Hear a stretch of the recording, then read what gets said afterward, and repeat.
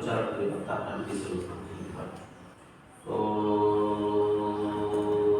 ना अंतर प्रज्ञा ना बहिष्प्रज्ञा ना उभयत प्रज्ञा ना प्रज्ञान घनम ना प्रज्ञम ना अप्रज्ञम आदृश्यम अव्यवहार्यम अग्राह्यम अलक्षणम आचिंत्यम अव्यपदेश्यम एकात्मप्रत्ययसारं प्रपंचम उपशमं शांतं शिवम अद्वैतं चतुर्थं मन्यन्ते सा आत्मा सविज्ञयम्।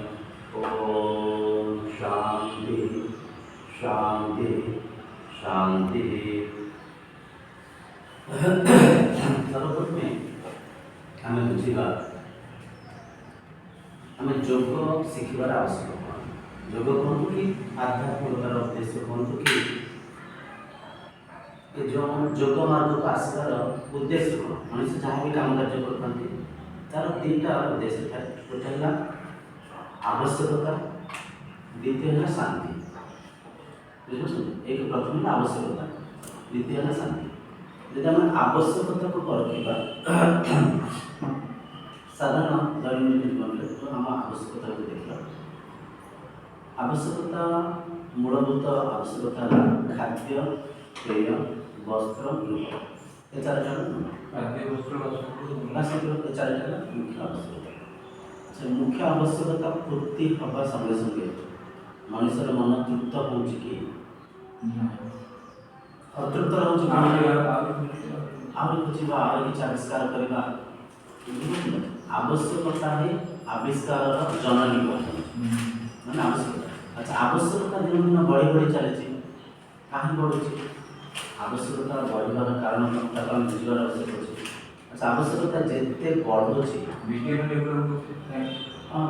साइंस डेभलप कर ठीक अच्छे साइंस डेभलप करने संगे संगे मनुष्य समाज उन्नति होची ना अवगति उन्नति भी होची आध्यात्मिक लाइफ का उन्नति होची डीपली सब हम डीपली तर्जुमा करबा अछि यानी सब तो हम भलो के एनालाइसिस करे और से बुझिले हम सदुपयोग करबा विज्ञान विज्ञान कोनटी सदुपयोग होची कोनटी दुरुपयोग भी होची।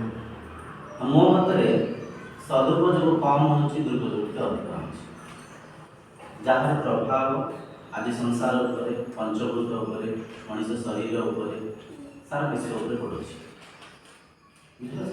आवश्यकता जो आम देखा आवश्यकता आम जब पेट पूरा खाइचे रहा गोटे घर अच्छी वस्त्र पिंधिचे आम तो तृप्त हाँ आम तो शांत हाँ आम तो खुशी रहा किंतु आम निजे निज को परखार आवश्यक अच्छी आम तृप्त होचे कि आम आनंद रोचे कि आवश्यकता प्रति किसी ना कि कमी रोचे मनुष्य जानी अजाण जेकोसी काम कार्य करता है आवश्यकता पूर्ति होगा मत मन भर आनंदर आकांक्षा था गोटे खुशी शांतिर आकांक्षा था मैंने जानी चाहते जहाँ भी काम करते खाद्य तो आम जानता सीजा सिझे पोड़ीदे खाईदे खाद्य बिल्कुल पड़ेगा